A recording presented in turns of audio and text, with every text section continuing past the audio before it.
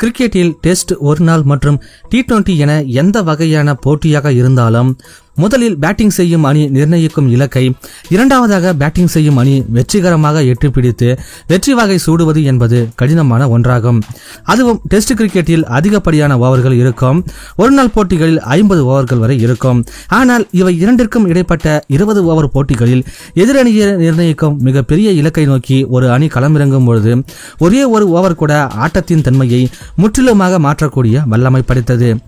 குறிப்பாக 200 ரன்களுக்கு மேலான இலக்கை ஒரு அணி துரத்தும் பொழுது துவக்க ஆட்டக்காரர்கள் குறைந்தபட்சம் 50 ரன்களை பார்ட்னர்ஷிப்பாக அமைக்க வேண்டியது மட்டுமன்றி அடுத்து 2 வீரர்களாவது கட்டாயம் அரை சதம் அடித்தே ஆக வேண்டும் என்கிற சூழ்நிலையில் சர்வதேச 20 ஓவர் கிரிக்கெட் வரலாற்றில் இந்திய அணி மிகப்பெரிய இலக்கை முதன்முறையாக எட்டி பிடித்து வரலாற்று சாதனை நிகழ்த்திய சம்பவம் நிகழ்ந்த ஆட்டம் குறித்த சுவாரஸ்யமான தகவல்களின் தொகுப்பினை இந்த வீடியோவில் நாம் காணலாம்.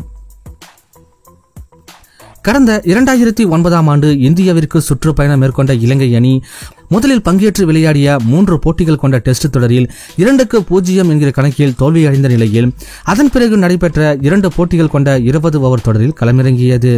முதல் போட்டியில் இந்திய அணி தோல்வியடைந்த நிலையில் தொடரை சமன் செய்ய கட்டாயம் வெற்றி பெற்றே ஆக வேண்டிய இக்கட்டான சூழ்நிலையில் மொஹாலியில் நடைபெற்ற 2வது போட்டியில் களமிறங்கியது.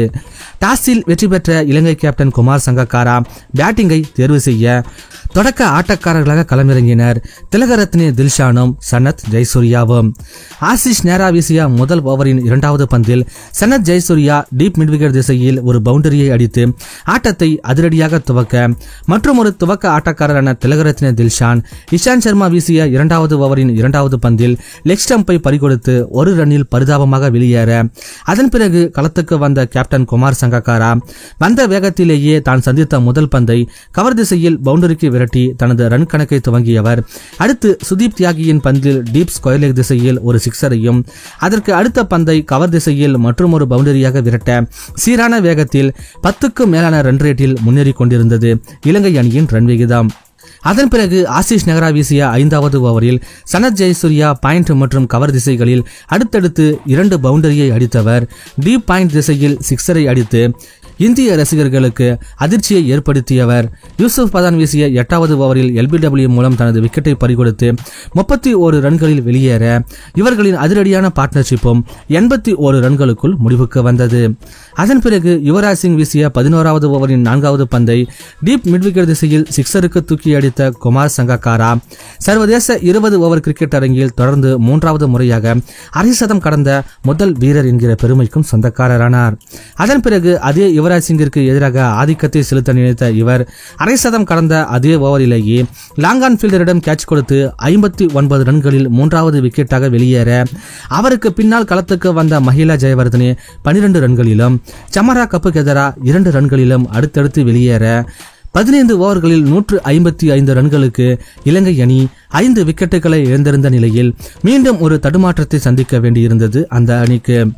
38 ரன்கள் எடுத்திருந்த ஜெயசிங்கே அன்றைய நாளின் பர்த்டே பாயான யுவராஜ் சிங்கின் 3வது விக்கெட்டாக வெளியேற அடுத்த பந்திலேயே 3 ரன்கள் எடுத்திருந்த வீரரத்னேவும் ரன் அவுட்டின் மூலம் தனது விக்கெட்டை பறிகொடுக்க கடைசி 3 ஓவர்களில் குலசேகராவை துணைக்கு வைத்துக் கொண்டு சிக்ஸர் மற்றும் பவுண்டரிகளாக பறக்க விட்டுக் கொண்டிருந்த ஏஞ்சலோ மேத்யூஸின் அதிரடியான ஆட்டத்தினால் நிர்ணயிக்கப்பட்ட 20 ஓவர்கள் முடிவில் 7 விக்கெட்டுகளை இழந்த இலங்கை அணி 206 ரன்களை எடுத்தது. அதன் பிறகு ஓவருக்கு 10 ரன்களுக்கு மேல் என்கிற ரன் விகிதத்தில் 207 ரன்கள் என்ற இமாலய இலக்கை நோக்கி களமிறங்கிய இந்திய அணிக்கு துவக்க ஆட்டக்காரரான வீரேந்திர சேவாக் வீரரத்னே வீசிய முதல் ஓவரின் கடைசி பந்தை லாங் ஆஃபில் சிக்ஸருக்கு விரட்டி இந்திய ரசிகர்களுக்கு நம்பிக்கையை ஏற்படுத்தி கொடுத்தார். தொடர்ந்து அதே வீரரத்னேவிற்கு எதிராக டீப் எக்ஸ்ட்ரா கவர் திசையில் மிகப்பெரிய சிக்ஸரை பறக்கவிட அளவில்லா ஆனந்தத்தில் ஆடி பாடிக்கொண்டிருந்தனர் இந்திய ரசிகர்கள். அதன் பிறகு குலசேகராவின் பந்தில் மிடான் திசையில் ஒரு பவுண்டரி என தொடர்ந்து ரன்மழையை பொழிய இவர்களின் பார்ட்னர்ஷிப்பும் 50 ரன்களை கடந்த பொழுது குலசேகராவின் பந்தில் மிட் ஆஃப் திசையில் கௌதம் கம்பீர் ஒரு பந்தை தட்டிவிட அதை ஃபீல்டர் தடுக்காமல் கோட்டை விட்ட சூழ்நிலையில் அந்த தருணத்தை பயன்படுத்தி 3வது ரன்னை ஓடி எடுக்க முற்பட்ட கௌதம் கம்பீர் 21 ரன்களில் ரன் அவுட்டின் மூலம் ஆட்டம் இழந்து தனது விக்கெட்டையும் பறிகொடுத்திருப்பார்.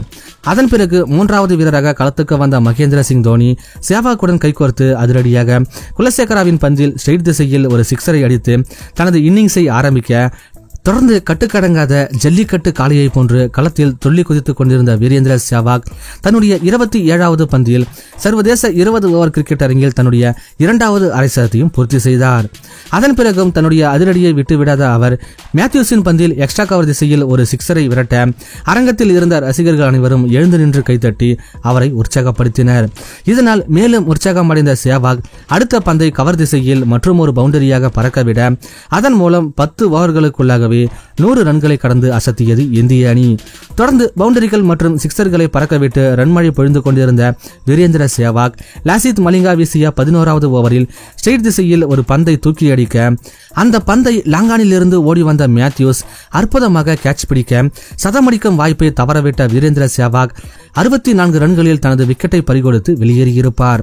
36 பந்துகளை எதிர்கொண்டவர் 7 பவுண்டரி மற்றும் 3 சிக்ஸர்களின் வாயிலாக 177.77 என்கிற ஸ்ட்ரைக் ரேட்டில் மிரள வைக்கும் ஒரு ஆட்டத்தை ஆடியிருந்தது குறிப்பிடத்தக்கது. அதனைத் தொடர்ந்து 4வது வீரராக களத்துக்கு வந்த யுவராஜ் சிங் அடித்தால் சிக்ஸர் மட்டும்தான் அடிப்பேன் என்கிற ரீதியில் கங்கணம் கட்டிக்கொண்டு வீரரத்னே வீசிய 13வது ஓவரில் லாங் ஆன் மற்றும் லாங் ஆஃப் திசைகளில் அடுத்தடுத்து சிக்ஸர்களை விரட்ட இந்தியாவின் வெற்றிக்கோ 42 பந்துகளில் 65 ரன்கள் தேவை என்கிற சூழ்நிலை உருவானது. அவரைத் தொடர்ந்து மலிங்கா வீசிய 14வது ஓவரில் கேப்டன் தோனி தேர்ட்மேன் திசையில் ஒரு பவுண்டரியை பறக்கவிட அதன் மூலம் 150 ரன்களை கடந்தது இந்திய அணி.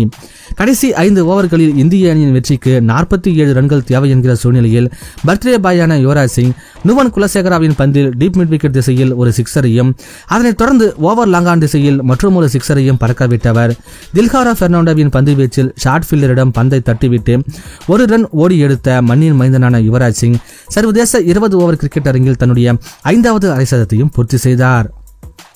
மறுமுனையில் இந்திய அணியின் வெற்றிக்கு 19 பந்துகளில் 19 ரன்கள் தேவை என்கிற சூழ்நிலையில் பெர்னாண்டோவின் பந்தில் ஸ்டம்பை பறிகொடுத்த தோனி இந்திய அணியின் 3வது விக்கெட்டாக தன்னுடைய அரை சதத்தை தவறவிட்டு 46 ரன்களில் வெளியேற அரங்கத்தில் இருந்த ஒட்டுமொத்த ரசிகர்களும் எழுந்து நின்று கைத்தட்டி அவரது சிறப்பான ஆட்டத்திற்கு வாழ்த்து தெரிவித்து அவரை வழியனுப்பி வைத்தனர். அதன் பிறகு களத்துக்கு வந்த சுரேஷ் ரெய்னா ஒரு இன்சைட் அவுட் ஷாட்டின் மூலம் கவர் திசையில் ஒரு பவுண்டரியை அடிக்க அதன் மூலம் இந்திய அணி 200 ரன்களை கடந்ததோடு அடுத்த பந்தில் ஒரு குயிக் சிங்கிள் எடுக்க முற்பட்டவர் குலசேகராவின் துல்லியமான த்ரோவால் வெற்றிக்கு 7 ரன்கள் இருக்கும்போது ஆட்டமிழந்து வெளியேற அதன் பிறகு இந்திய அணியின் வெற்றிக்கோ 7 பந்துகளில் 2 ரன்கள் தேவை என்கிற சூழ்நிலையில் மேத்யூஸின் பந்தில் வைடு லாங்கான் திசையில் யுவராஜ் சிங் தூக்கி அடித்த ஒரு சிக்ஸரின் மூலம் இந்திய அணி 6 பந்துகள் மீதம் இருந்த நிலையில் 6 விக்கெட்டுகள் வித்தியாசத்தில் அபாரமான ஒரு வெற்றியை பதிவு செய்தது. இதன் மூலம் சர்வதேச 20 ஓவர் கிரிக்கெட் அரங்கில் முதன் முறையாக எதிரணி நிர்ணயித்த 200க்கும் மேற்பட்ட ரன்களை எட்டி பிடித்த முதல் அணி என்கிற பெருமையை தனதாக்கியது இந்திய அணி. பந்துவீச்சில் 3 முக்கிய விக்கெட்டுகளை வீழ்த்தியதோடு பேட்டிங்கில் 25 பந்துகளை சந்தித்து 5 சிக்ஸர் மற்றும் 3 பவுண்டரிகளின் வாயிலாக 240 என்கிற ஸ்ட்ரைக் ரேட்டில் 60 ரன்களை குவித்து இறுதி வரை ஆட்டமிழக்காமல் களத்தில் நின்ற மண்ணின் மைந்தனான யுவராஜ் சிங்கிற்கு தன்னுடைய பிறந்த நாளில் ஆட்டநாயகன் விருதும் வழங்கப்பட்டது.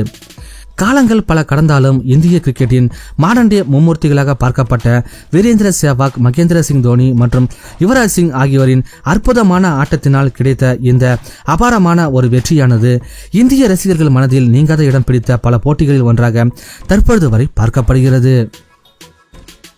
நண்பர்களே, இந்த வீடியோ உங்களுக்கு பிடிச்சிருந்ததுன்னா ஒரு லைக் பண்ணுங்க. உங்க நண்பர்களுக்கும் இந்த வீடியோவை ஷேர் பண்ணுங்க. உங்களுடைய கருத்துக்களை கமெண்ட் பண்ணிட்டு முடிஞ்சா இந்த சேனலையும் சப்ஸ்கிரைப் பண்ணுங்க. மீண்டும் உங்களை அடுத்த வீடியோவில் சந்திக்கிறோம். நன்றி.